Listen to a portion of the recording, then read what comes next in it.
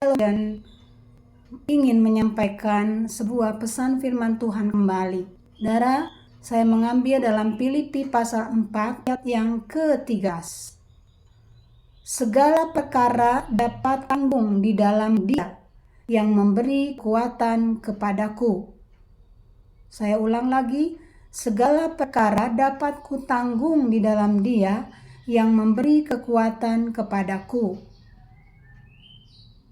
Itu sebuah hal yang menjadi rema dalam kehidupan kita, bahwa segala perkara yang dapat kutanggung dalam Dia, itu berarti segala perkara itu adalah sesuatu yang sangat holistik, saudara, menyeluruh dari semua aspek kehidupan kita. Karena saya sebagai seorang pengajar, kadangkala saya berbicara dengan anak-anak murid saya. Kehidupan negara itu adalah mencakup ipolexos but hankam. Ideologi, politik, ekonomi, sosial, budaya, saudara. Nah, holistik adalah mencakup semua aspek kehidupan kita. Ya, ideologi kita, negara kita, politik negara kita, kemudian ekonomi dan sosial, serta budaya kemasyarakatan yang berlaku. Saudaraku, banyak perkara yang selalu kita jumpai dalam semua aspek holistik kita. Ketidakjujuran, perlakuan tidak adil, kemudian membedakan status sosial, status ekonomi, status suku, status agama, itu secara makro dalam kehidupan sebuah negara. Terjadi pressure, terjadi pembulian karena perbedaan status tersebut, bahkan terjadi tindakan-tindakan yang tidak dapat dilakukan oleh orang-orang yang merasa terpressure, kesempatan mereka dalam jabatan, kesempatan mereka dalam pekerjaan, dalam karir, dalam segala aspek kehidupan, karena perbedaan-perbedaan yang terjadi, saudara. Nah, kali ini saya ingin coba membahas bagaimana karakter seorang Kristen itu bisa menjadi sebuah karakter yang bernilai plus pada saat orang Kristen ini dapat menanggung segala perkara di dalam Tuhan. Karena apa? Karena Dia akan memberikan kehidupan kepada kita. Saudaraku, firman Tuhan berkata, bersukacitalah senantiasa dalam Tuhan. Sekali lagi kukatakan, bersukacitalah. Hendaklah kebaikan hatimu diketahui semua orang. Tuhan sudah dekat. Janganlah hendaknya kamu khawatir tentang apapun juga, tetapi nyatakanlah segala keinginan kepada Allah dalam doa dan permohonan dengan ucapan syukur. Damai sejahtera Allah yang melampaui segala akal akan memelihara hati dan pikiranmu dalam Kristus. Jadi akhirnya saudara-saudara, semua yang benar, semua yang mulia, semua yang adil, semua yang suci, semua yang manis, semua yang sedap didengar, semua yang disebut kebajikan dan patut dipuji, pikirkanlah semuanya itu. Kenapa? Karena segala perkara dapat kutanggung di dalam Dia yang memberikan kekuatan kepadaku. Saudara, kalau kita boleh melihat banyak keluarga-keluarga Kristen yang saat ini sedang dalam kondisi yang tidak baik-baik saja. Seorang suami yang berkonflik dengan istrinya, seorang istri yang berkonflik dengan suaminya karena ketidakpuasan dalam hubungan suami istri. Seorang suami yang merasa ditekan oleh istrinya karena kemampuan menghasilkan ekonomi yang semakin berkurang. Seorang istri yang merasa suaminya terlalu menuntut dia untuk melakukan kegiatan-kegiatan rumah tangga dengan dana yang mungkin sangat minim, saudara. Istri bingung mengelola keuangannya untuk biaya sekolah anak-anak mereka yang mungkin jutaan, dengan beberapa anak yang Tuhan anugerahkan, biaya makan setiap hari rumah tangga, listrik, mungkin biaya-biaya bensin, ataupun biaya-biaya yang lain, saudara. Istri merasakan suaminya tidak peduli. Rasa hormat kepada suami pun mungkin berkurang karena konflik-konflik yang mereka hadapi itu semakin runcing dalam komunikasi mereka.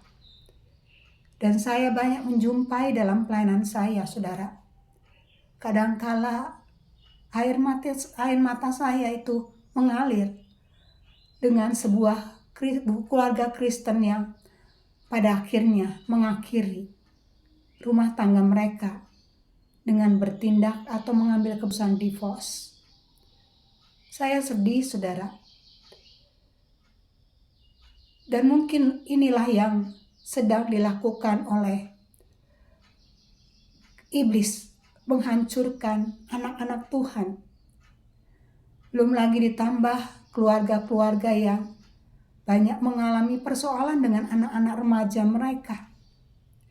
Anak-anak yang sulit diatur, anak-anak yang toksik karena pengaruh pergaulan, anak-anak yang terikat dengan gadget mereka, sampai sulit untuk ditahan.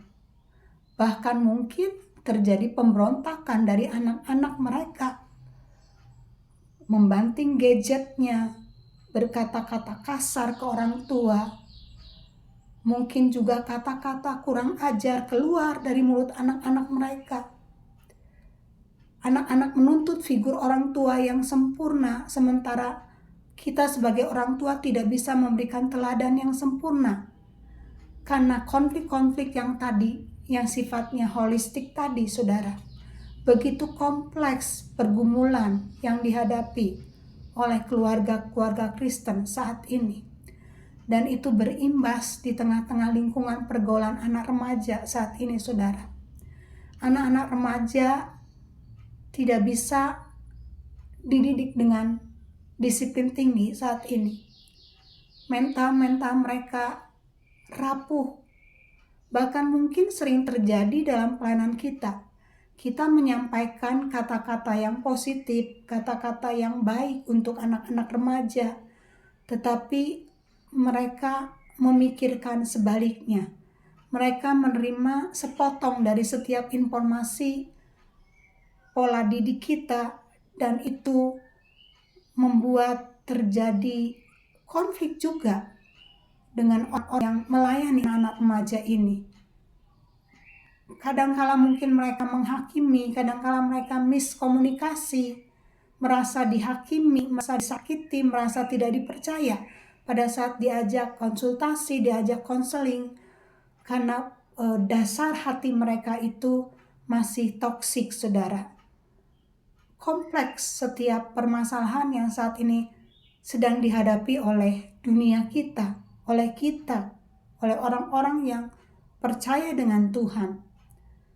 Ditambah lagi dengan kondisi dunia yang saat ini semakin bergelora. Tiga negara yang saat ini berperang itu sangat berimbas dengan perekonomian dunia, saudara. Usaha-usaha yang mungkin akan terimbas sesuatu yang negatif.